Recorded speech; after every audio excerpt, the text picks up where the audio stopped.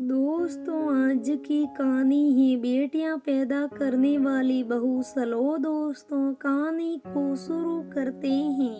प्रसव पीड़ा शुरू होते ही मुझे लेबर रूम से ऑपरेशन रूम में शिफ्ट किया जा रहा था। डॉक्टर के अनुसार बच्चा अपनी जगह से घूम चुका था, इसलिए ऑपरेशन करना जरूरी था। सासू माँ डॉक्टर से उलझ रही थी कि पहले भी तो 2 बच्चे नॉर्मल हुए हैं, फिर अब क्यों नहीं। जब डॉक्टर ने समझाया कि माँ और बच्चे की जान को खतरा हो सकता है, तब पतिदेव बोले, आपको जो ठीक लगे वो करिए। दोनों का स्वास्थ्य सबसे ज्यादा जरूरी है। ऐसे समय में पति की इस बात से मेरा मनोबल बढ़ गया और लगा कि अगर तीसरी बार भी बेटी हो गई तो शायद पति देव तो खुश होंगे।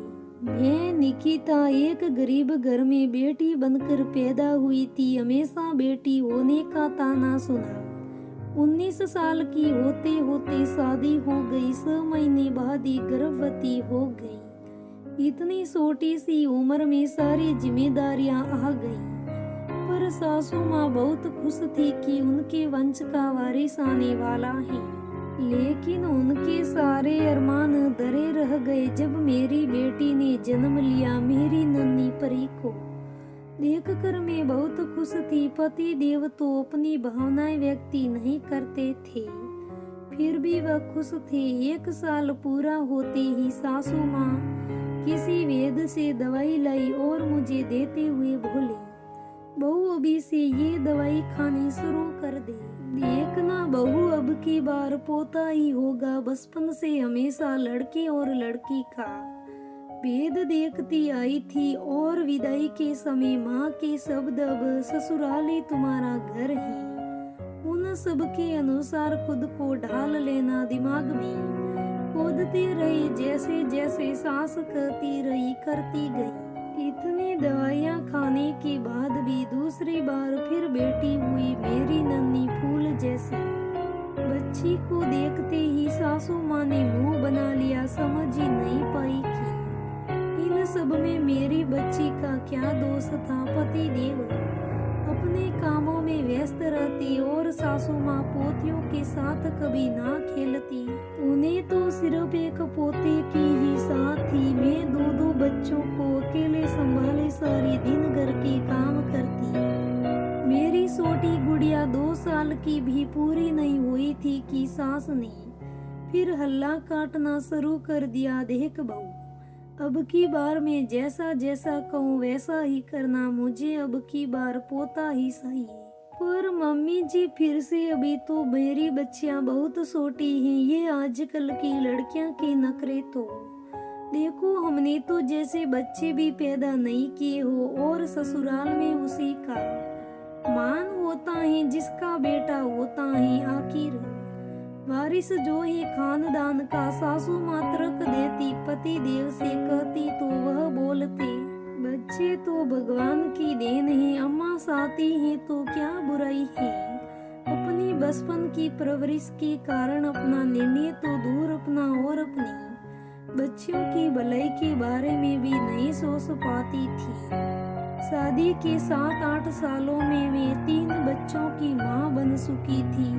न ही मेरी बच्चियों को और न ही मेरे दर्द को समझने वाला कोई नहीं था। आज ऑपरेशन के बाद हुई मेरी तीसरी बेटी को देखकर तो सास बोली, हे भगवान, क्या गलती हो गई मुझसे जो तूने मुझे बेटियां पैदा करने वाली बहू दे दी।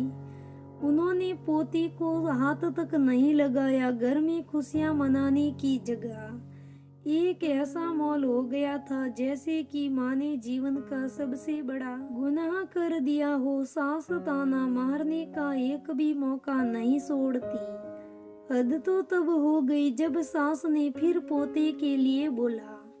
अब मेरी सहनशीलता जवाब दे चुकी थी। मेरा आत्मसम्मान सब कुछ दांव पर लगा हुआ था। मेरी बेटियों का भविष्य, उनकी खुशियों की खातिर मुझे कोई फैसला लेना था। आज मैंने सासू माँ को बोला, नहीं सासू माँ बस और नहीं, एक स्त्री एक माँ होकर भी आप एक दूसरी स्त्री का दर्द नहीं समझ सकती। पोती की साह में आपने अपनी पोतियों से मुंह फेर लिया, क्या वे उन खुशियों और सम्मान को पाने की हकदार नहीं जो आप अपने पोते को देती। आपने भी तो एक बेटी बनकर जन्म लिया है, फिर पोतियों से इतनी नफरत क्यों करती हैं आप? ये मेरी बेटियां हैं, मेरा अभिमान है। अब बस अब और नहीं, मुझे मशीन समझने की भूल मत करिएगा।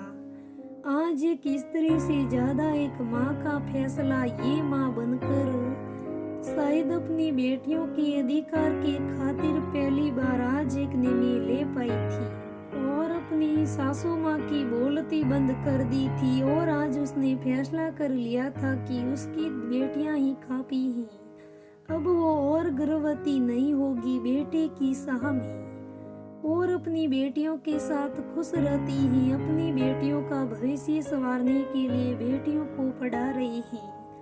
दोस्तों, कहानी कैसी लगी मुझे कमेंट करके जरूर बताना।